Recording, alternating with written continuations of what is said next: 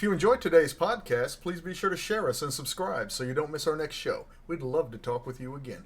Good morning, everyone. I hope your weekend was great and you're ready to start another week. As I sat down to go through the news over the past 2 days, obviously Israel and what is happening over there was the big item. This show is centered on politics, specifically United States politics, but this world event is significant. I can't just act like it's not happening and come out of the blocks today with, "Hey folks, look at what this senator is doing." That would be very tone deaf. I will avoid speculation. There are learned people who spend their entire scholastic and professional careers studying and trying to understand and predict what will occur in this very conflicted and complex region. I can't even wrap my head around it. Anyone who says they can, if they don't deal with it directly or have trusted family or contacts on the ground over there, is suspect. This is reported to be the worst breach of Israeli defenses since the 1973 Yom Kippur War. October 6th marked the 50th anniversary of that conflict, and it's safe to say that the timing of the most recent attack is no coincidence.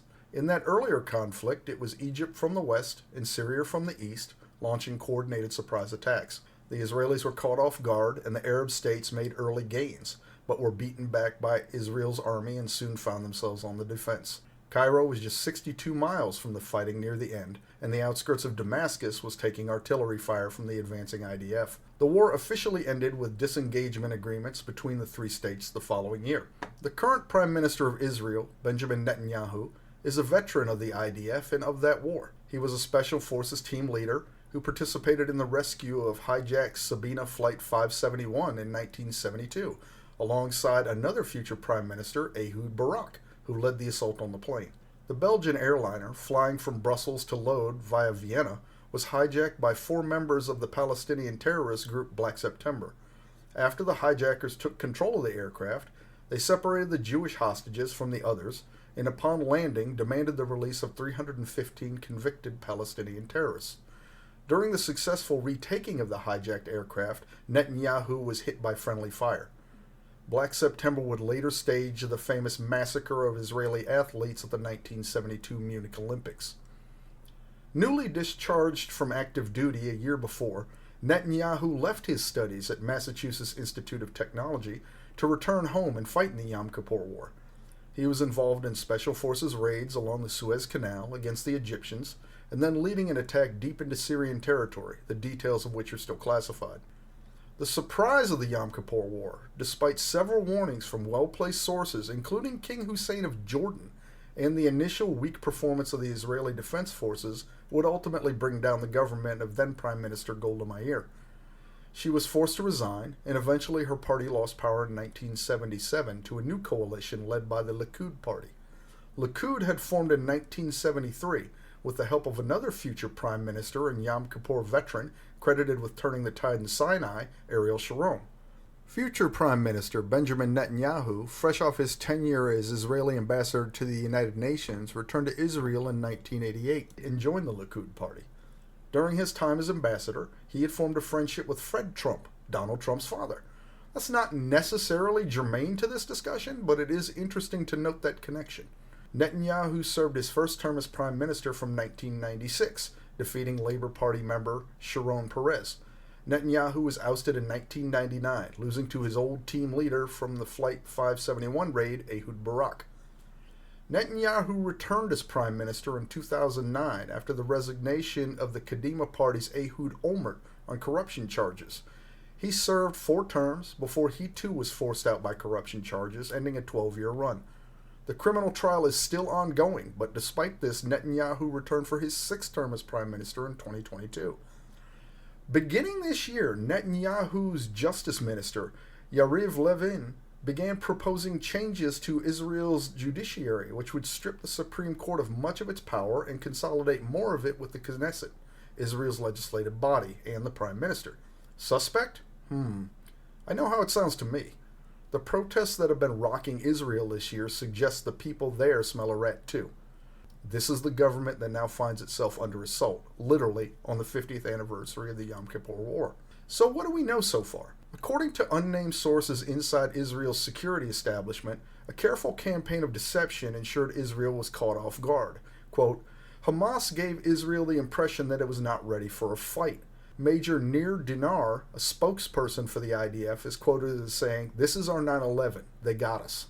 Hamas sources said they actually constructed a mock Israeli settlement in Gaza where they trained to storm it. By active efforts to convince Israel that Hamas was focused on ensuring Gaza residents had access to jobs inside Israel, they further obfuscated their plans.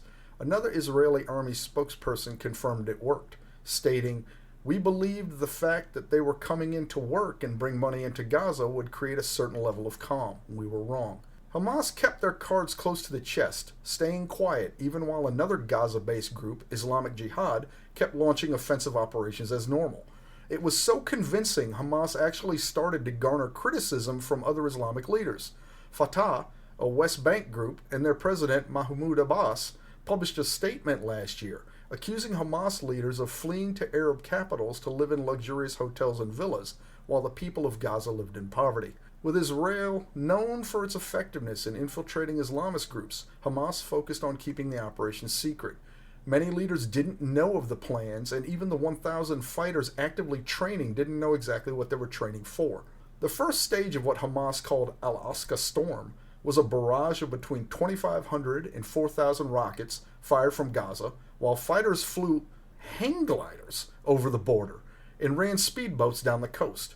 Once on the ground, they secured the terrain so a commando unit could breach the wall that separates Gaza from Israeli settlements. Using explosives to crack the wall, the next wave was fighters on motorcycles. Bulldozers were brought in to widen the gaps in the wall so four-wheel drive vehicles could get through, according to witnesses. The Israeli army headquarters in southern Gaza was attacked by commandos and communications jammed so the IDF could not communicate or coordinate. Sources in Israeli security say troop strength was down in that area due to redeployment to bolster the West Bank after increased violence there between Israel and Palestinian militants. The final stage of the operation was taking hostages and moving them back to Gaza. In one well-documented action, a rave near Rahim Kibbutz was raided and partygoers abducted. The rescue service Zaka said it removed 260 bodies from the site of that festival. Hamas and Islamic Jihad have claimed more than 130 hostages as a result of this invasion, seeking to trade them for thousands of Palestinians in Israeli prisons. As of this writing, preliminary reports are 4 Americans have been killed and 7 are unaccounted for. Numbers in the media suggest 700 dead on the Israeli side and 400 in Gaza, as Israel launched attacks on more than 800 targets there. A brief exchange with Hezbollah forces launching rockets and shells from Lebanon created fear that fighting could spread across the region, but the conflict calmed down after that initial exchange. Prime Minister Benjamin Netanyahu and his military apparatus may be feeling much like Golda Meir in 1973. Israel has formally declared war on Hamas, a largely symbolic gesture, stating the aim as the destruction of Hamas's military and government capabilities. How is this resonating in America, though? What are our elected leaders saying and, more importantly, doing? Well, first, at least 2 members of Congress were actually in Israel when the attack was launched. Democratic Representative Dan Goldman of New York was in the country attending a bar mitzvah with his family. As the Hamas rockets began streaming in from Gaza, he, his wife, and 3 youngest children sheltered in the hotel stairwell. There they stayed until they could safely return to the United States Sunday with the help of the State Department and Israeli authorities. Senator Cory Booker, Democrat for New Jersey, was in Israel for an economic summit, meetings, and site visits. When the attack began, he was jogging through Old Jerusalem when he received a call from his chief of staff telling him to get back to the hotel as quickly as he could. He did so and joined others in the hotel's bomb shelter until he could leave Sunday. It seems our first politician has spoken through action, or inaction, depending on your feelings on the issues. Senator Tommy Tuberville, facing renewed calls from Democrats to end his blockade of military senior officer nominations in light of the attack on Israel, has refused. He will not back down until the Pentagon revokes its policy of funding service members travel across state lines to get abortions. The United States finds itself without a chief of naval operations, even as the USS Gerald Ford Carrier Strike Group speeds to the eastern Mediterranean to assist United States ally Israel in their time of crisis. Biden appointees for the Chief of Staff for the Navy, Admiral Lisa Franchetti, and the Air Force, General David Alvin, are waiting Senate confirmation. Senate Armed Services Committee Chair Jack Reed said, "The severity of the crisis in Israel underscores the foolishness of Senator Tuberville's blockade." The Rhode Island Democrat added, "This is no time for political theater, and I again urge Republican colleagues to help actively end Senator Tuberville's damaging blockade." A fair accusation, But the vacancies for the Army, the Marine Corps, and Chairman of the Joint Chiefs of Staff were pushed through recently with independent votes on the eve of the deadline for action on the federal budget, also being held up by congressional intrigue. Certainly these key positions could, similarly, be addressed in independent votes. Doing so for all 300 or so nominees is definitely untenable. But at these levels, it could be argued that this game of chicken needs to stop. If that means blinking again while Tuberville does his best impersonation of a cork to get the things done on at least these two appointments, the Democrats would show that they take this as seriously as they say they do. Coach Tuberville has already shown he's not budging. Chair of the Senate Foreign Relations Committee, Democratic Senator Ben Cardin from Maryland, has stated he intends to put forward legislation to provide, quote, Israel what it needs to defend itself. That would include munitions for Israel's Iron Dome anti-missile defense system and supplemental funding. Any efforts to get anything through the House, though, are hampered by the recent ouster of the Speaker, Kevin McCarthy. The ongoing maneuvering continues as the two most likely candidates, Ohio Republican Jim Jordan, House Freedom Caucus co-chair, and Majority Leader Louisiana Steve Scalise, attempt to line up support. Republicans will be in conference from today and are expected to listen to the two lawmakers' elevator pitches this week on why they should be given the gavel. President Biden proclaimed his support for Israel, while some Republicans blamed him for this, citing his recent release of $6 billion of frozen Iranian money in exchange for 5 U.S. citizens Iran was holding. Reports are that the money is still sitting in a bank in Qatar and that it can only be used for humanitarian-related purposes. Republican primary presidential candidates weighed in on the situation as well, with Donald Trump falsely claiming, quote, American taxpayer dollars help fund these attacks. The money in question was actually Iranian money from oil sales that had been frozen, not taxpayer money. You decide what you think about Trump's statement. Vivek Ramaswamy also suggested American taxpayer dollars were funding Iran, and by relation Hamas.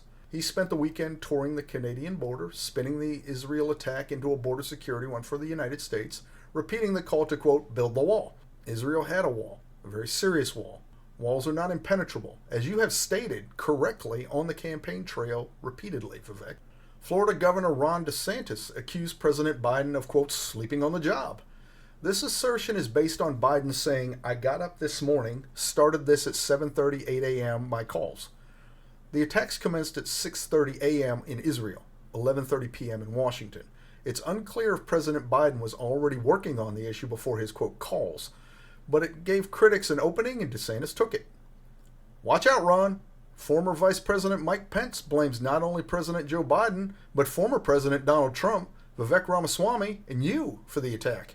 He stated that, quote, this is what happens when we have leading voices like Donald Trump, Vivek Ramaswamy, and Ron DeSantis signaling retreat from America's role as the leader of the free world. He is likely referencing those candidates' desire to stop funding Ukraine's defense against the Russian invasion. Both are a stance you can take. Where do you come down on that issue? Chris Christie voiced support for Israel, that were he president, he would be engaged with, quote, allies in the region, such as Jordan and Saudi Arabia. Speaking to the recent drama in the House, he called out some in his own party. Quote, the actions taken by some members of my party are wholly irresponsible without this going on. He added, they're now even putting a brighter light on the irresponsibility of not having someone in place, meaning the Speaker of the House. Tim Scott similarly blamed Biden's policies for this attack, citing the messy withdrawal from Afghanistan and Biden's comments on Russia's actions in Ukraine. The release of $6 billion in frozen Iranian oil sales was also a point of contention, where Scott suggested they inadvertently contributed to Hamas's activities. Former South Carolina Governor Nikki Haley had perhaps the spiciest comment, frosting the standard support Israel comments with a tweet in X? I know the new name. What's the new verb? Anyway, she said, this is not just an attack on Israel. This was an attack on America. Finish them at Netanyahu. They should have hell to pay for what they've just done. Finish them. Strong words. That's two former United Nations ambassadors, folks. That's it for today. Thank you for listening. If you enjoyed the podcast, please take the time to leave a comment here and on Podchaser. It helps us know how we're doing and what topics you'd like to hear in the future. Have a great day.